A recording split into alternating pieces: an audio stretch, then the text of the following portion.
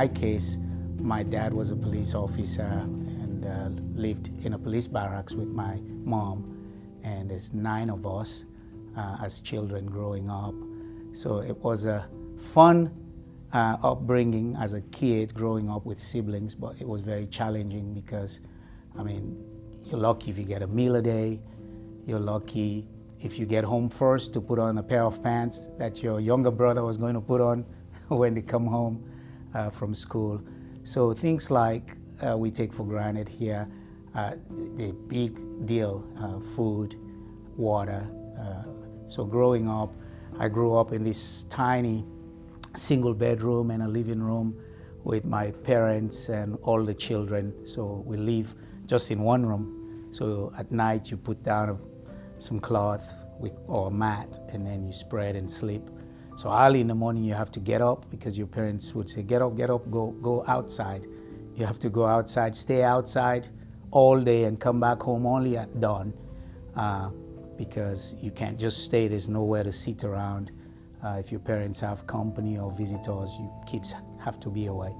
So you go away, go play soccer or just do whatever you want to do all day. So you become creative, you know, build little toy cars and ride all day outside, just staying away from home. It was very challenging because growing up that way, you see, it's a small community, so less than 10, 25 yards from where you live, there's another family there with enough food, with a car, with a place to sleep. And you look at them, like, and then you ask yourself, like, what's wrong with me? And sometimes you're playing soccer outside, you get in a scuffle with your friend, and you argue, and they'll tell you, look at you, I mean, you guys have nothing. You're living, I could still remember having a friend of mine during a soccer game and a scuffle say, look, your living room is like a dirty football field. There's nothing there, you don't even have furniture. So it scars you, and you sort of think, well, what's wrong with me? Why can't my dad have furniture? Why can't we have a nice place to sleep? It challenges you to say, well, is this the life I want? But you don't know of what else is possible because you don't have a TV at home. So kids who have TVs may say there's another life somewhere that's better than this, but you don't know what else is out there. You're just there growing up. The first time I started realizing what else is out there was when I came into contact with missionaries. And then you start to see, as a young kid growing up, you see missionaries, you see their children, they come to Africa with bicycles. You see them driving cars, and you're like, wow, you know, that's nice. They've got a bike, they have clean clothes, they have shoes. You want to be that, but you know, okay, well, I'm not a missionary's kid. I'm not going to have that life. So you start forging alliances, say, well, how can I be close to those missionaries? How can I go over there where they live and maybe wash cars for them or sweep the yard where they live, just in exchange for a chance to get a meal, or at least to say, hey, I'm a friend to that missionary, they're gonna help me out someday. So where we lived in this police barracks, there was this street. There were lots of trees there. So we'll all congregate underneath those trees and then we'll watch cars come by.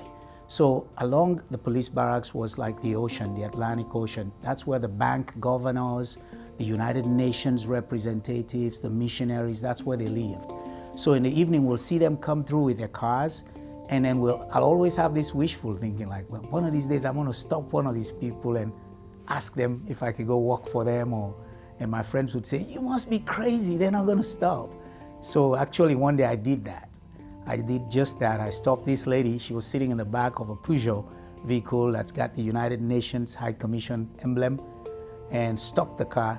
So she actually told her driver to stop, and she rolled her window down. I can still remember it's clearly, vividly here that she pushed the button. I could see that electric window rolls down, and she says, excuse me, what can I do for you? And she was a local. She was also from Sierra Leone, may have been educated in Europe and returned back to work. So I introduced myself and I told her, you know, I've always admired her when she comes through, and I've always wondered what it means to get a job like that. So she was really taken back by that, and she says, wow, well, come see me sometimes, come visit. So she lives just next door there. So I'll go there sometimes, and say hi. She'll give me some chores to do. I'll sweep leaves around her compound and do the same at the missionary compound in exchange for money, and then I'll buy food to help my siblings. So that was really a turning point for me. Eventually, the missionaries decided, hey, this kid has been coming here for several years, helping us sweep, clean cars, do whatever we ask him to do. So they asked me, what do you want? What are you looking for? And I said, just a chance to get an education. I wanted to be the first kid in my family to go to college. So the missionaries decided then to take me in by giving me a job on their premises there to work side by side with the missionary to do procurement. So that was the defining moment for me. I did procurement with the missionaries for about 6 years, and then the civil war broke out in Sierra Leone. The missionaries were evacuating, and then they gave me an opportunity to migrate to the United States and attended Union University in Jackson, Tennessee. We've never seen soldiers in town coming, telling people what to do. So on Saturday mornings, I could still remember soldiers would come there and tell you to clean that gutter or sweep over there, pick up that trash. And so they were basically intimidating people, and it was not a good sight as a young person growing up. It was difficult. Stores were closing down. Expatriates were leaving the country. And so I knew at that time, man, if we don't figure a way to leave this place, it's going to be difficult. My mom was up country. I could no longer see her because with the military coup, they blocked, some of the borders. People up country can't come to the city where we live. We can't go up country. So even when I left the country that year, it took 14 years later for me to be reunited with family members. So it was a very scary time in our lives because you don't get to see your parents. You don't get to see siblings that are cut off that morning because of the coup. If they found themselves on the west side of town and you are on the other side of town, you no longer have contacts with them. We didn't have communication as we know today, like with cell phones or television. So you're just cut off from family. It was very frustrating and very scary. The whole notion about being an immigrant, there is the opportunity side, the gratitude side, but there's also the other side where you're cut off completely from what you know, the language that you speak. In English, we learned English in Sierra Leone in school, but it's not the common language. The customs, the culture was completely different. Even the food that I grew up eating is different. And so you get this one-in-a-lifetime opportunity to come to America where if you've ever seen a movie about America, it's like everything is perfect. It's an awesome opportunity. There's money there. Once I get there, that's it. I've made it.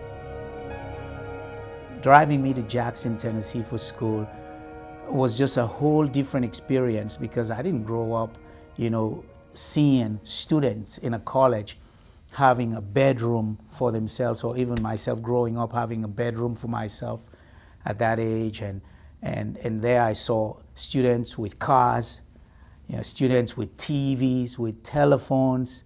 At that time they had the telephones they carry in a bag, plugged in their cars. And it was just overwhelming to see that. And again, of course, it's a struggle. You're thinking, well, I don't have a TV, I don't have a phone, I don't have any of that. But just being here was great. The opportunity to say, well, at least now I can get regular meals on campus was an awesome thing. But once I made that first transition into campus, then the language became a challenge. My first semester in college, my professors were mostly Caucasian. I'm not used to listening to Caucasians lecture all day. That was also a challenge for me, trying to understand what they're saying. So the first semester was challenging. I could still remember having an academic deficiency that first semester at Union and received a note that I had to pull my grade point average up. And I knew it's not because I was not smart, but it was just too much was going on. I was adapting to a new culture, adapting to new weather. I was adapting to a new language, new foods. So of course the next semester came, I was able to get my grades back up. So it was a challenge. If you're born poor in Africa, you remain poor. That's just it. there's no way to get out of it. The only few people I've seen get out of it, they have to get out of it through corrupt means. They may have to steal, get jobs where they're stealing and ripping others off, but they can't do it naturally.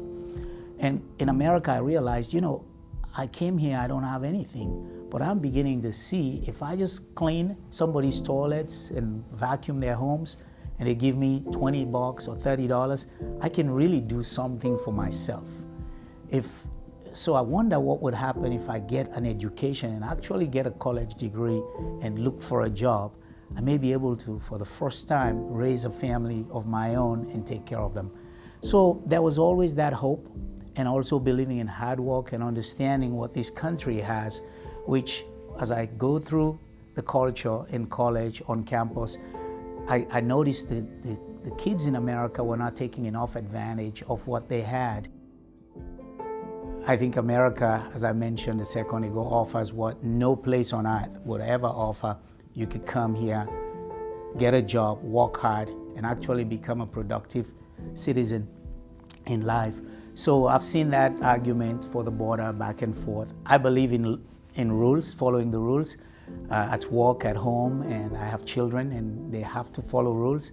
And I think it's important that people follow rules. I came here and I follow the rules to become a citizen. It's great, but I think the idea of closing a border to people that need that one chance in life to just that opportunity to do what they've always dreamed about it's a scary thought, because one thing I've heard sometimes people say Americans are not liked, but it's the biggest false news I've ever heard about.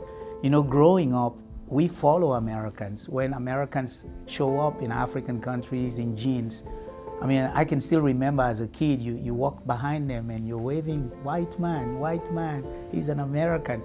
I've never seen hatred for Americans overseas as I've heard about sometimes in this country, because I remember us following people and just the opportunity to talk to them and sometimes just touch them. You just want to feel the skin of somebody from America growing up as a kid. So people come because of the opportunity, just the chance of changing your life and the possibility of doing that in a country that opens the door like this and say, a person like myself, Ahmed, can come here and go to school and be given a job in a Fortune 20 company and be able to do very well. I think you can't find that anywhere in the world. So the idea of closing the borders is really missing out, and I certainly hope out of fear that would not become an issue, that some of the greatest brains in this country were people who came here and want to work hard and support what this country stands for.